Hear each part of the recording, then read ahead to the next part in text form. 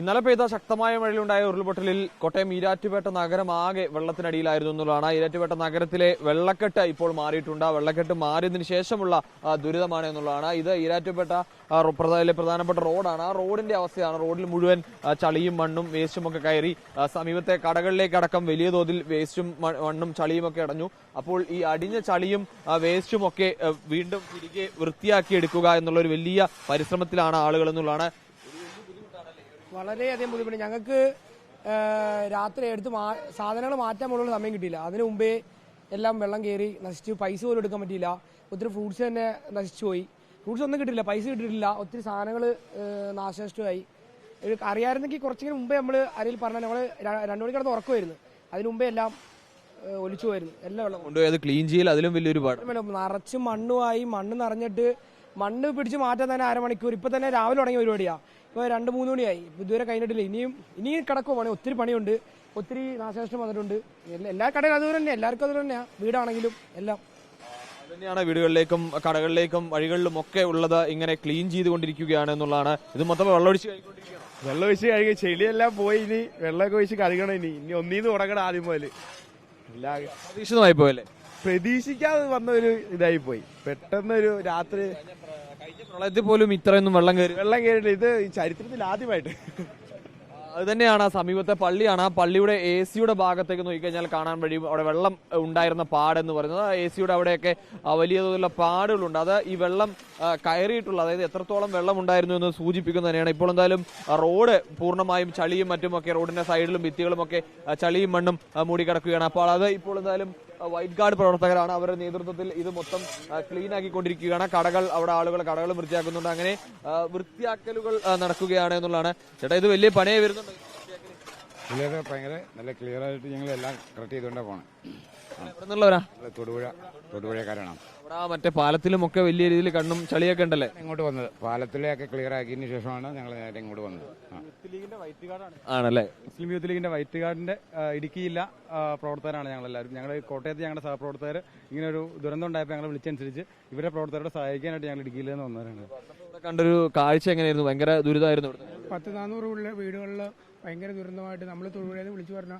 നമ്മുടെ ജില്ലാ president, youth ലീഗിന്റെ ജില്ലാ പ്രസിഡന്റ് അമീൻ സാഹിബിന്റെ നേതൃത്വത്തിൽ വിളിച്ചു പറഞ്ഞു. നമ്മൾ ഓടി വന്ന് കൈകാര്യം ചെയ്തു.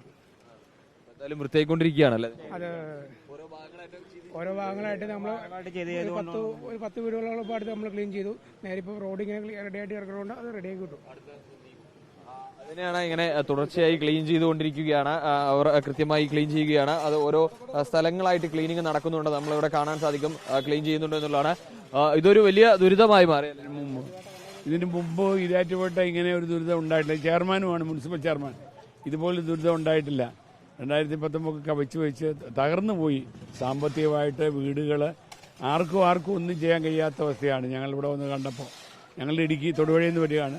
ഇവിടെ വന്നതാണ്. ഇടുക്കി ജില്ലാ ലീഗിന്റെ പ്രസിഡന്റാണ്. ഇവിടെ ചെയർമാൻ കൂടി ഉണ്ട് എന്നുള്ളതാണ്. ശരിക്കും പറഞ്ഞാൽ നഗരം ഇതുപോലൊരു ദുരിതം അല്ലെങ്കിൽ വെള്ളപ്പാറ്റ് ഇതുവരെ കണ്ടിട്ടില്ല.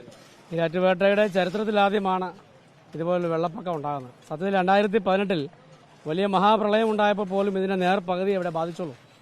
400-ലധികം വീടുകളിൽ വെള്ളം കയറിയിരിക്കുന്നു. 100-ലധികം വീടുകൾ പൂർണ്ണമായും വെള്ളം കയറിപ്പോയി. ഏതാണ്ട് 100 കണക്കിന് കടയിലുള്ള മുഴുവൻ സ്റ്റോക്കുകളും കംപ്ലീറ്റ് ടോട്ടൽ ലോസായി. പ്രത്യേകിച്ച് ഈ ഓണത്തിന് വേണ്ടി, കച്ചവടത്തിന് വേണ്ടിയൊക്കെ സ്റ്റോക്ക് ചെയ്തിരുന്ന പല ചരക്കുകളും മുഴുവൻ ലോസായിപ്പോയി. ടോട്ടലി ഈരാറ്റുപേട്ട നഗരം മൊത്തത്തിൽ വെള്ളത്തിൽ മുങ്ങിയ ഒരു അന്തരീക്ഷം. പ്രത്യേകിച്ച് എന്ന് വെച്ചാൽ സാധാരണ 2 ദിവസമൊക്കെ മഴ പെയ്യുമ്പോഴാണ് വെള്ളപ്പൊക്കം ഉണ്ടാറുള്ളത്. ഇത് 4-5 മണിക്കൂറുള്ള മഴ കൊണ്ട് പൊടുന്നനെ രാത്രി 12 മണിക്ക് ശേഷമായതുകൊണ്ട് ജനങ്ങളൊന്നും ഇറങ്ങില്ല. അതുകൊണ്ട് പക്ഷേ ഇവിടുത്തെ സന്നദ്ധ പ്രവർത്തകരും നാട്ടുകാരുടെയും ഒരു ടീം വർക്കാണ് ഒരുപാട് രക്ഷയായത്. ശരിക്കും പറഞ്ഞാൽ ഇത് അപ്രതീക്ഷിതമായിരുന്നു. ആർക്കും ഇതിലൊന്നും ചെയ്യാൻ കഴിയില്ല.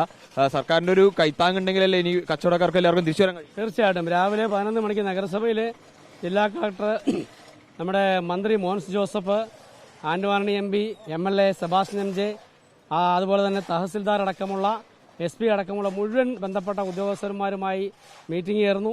ഈ പറയപ്പെട്ട രീതിയിലുള്ള ബുദ്ധിമുട്ടും പ്രയാസവും ഉണ്ടായിട്ടുള്ള എല്ലാ ഘടകങ്ങളും പരിശോധിച്ച് വളരെ ഇമ്മീഡിയറ്റ് ആയിട്ട് അതിനുള്ള പരിഹാരം കാണുമെന്നാണ് പിന്നെ ബന്ധപ്പെട്ട ആളുകൾ പറഞ്ഞിട്ടുള്ളത്.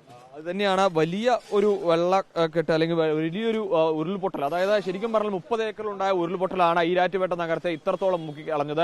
ആ 400 വീടുകൾ എന്ന് പറയുമ്പോൾ തന്നെ നമുക്ക് മനസ്സിലാക്കാൻ കഴിയും അത് എത്ര വലിയ എണ്ണമാണ് എന്നുള്ളത്. ആ ഒരു വലിയ എണ്ണത്തിലേക്ക് എത്തിയിരിക്കുന്ന വീടുകളിലൊക്കെ തന്നെ നാശനഷ്ടങ്ങൾ സംഭവിച്ചിട്ടുണ്ട്. വെള്ളം കയറിയ ചളികൾ ഇപ്പോഴും കെട്ടിക്കിടക്കുകയാണ്. അതിങ്ങനെ ഓരോ ഭാഗമായി അവർ ക്ലീൻ ചെയ്ത് വരികയാണെന്നുള്ളതാണ്. ഇപ്പോൾ ഓരോ ഭാഗമായി, അതായത് വന്ന വെള്ളപ്പൊക്കം വന്നു പോയി കഴിഞ്ഞിരിക്കുന്നു. ഇനി അതിന്റെ അടുത്ത ഭാഗം അല്ലെങ്കിൽ അതിന്റെ 2ാം ഭാഗമാണ് ഇപ്പോൾ അത് കേടുവന്ന് നശിച്ചുപോയ ക്ലീനിങ് എയർ അളിഞ്ഞുകൂടിയ ചടി അതെല്ലാം മാറ്റിയെടുക്കുക എന്നുള്ള അതിന്റെ പരിശ്രമത്തിലാണ്. എന്തായാലും നാട്ടുകാരും സന്നദ്ധ പ്രവർത്തകരും എല്ലാവരും കൈകോർത്തുകൊണ്ട് തന്നെയാണ് തിരിച്ച് ഈരാറ്റുപേട്ടയെ പഴയ രൂപത്തിലേക്ക് ആക്കാനുള്ള ശ്രമത്തിൽ തന്നെയാണ് അവരെല്ലാവരും ഉള്ളത്.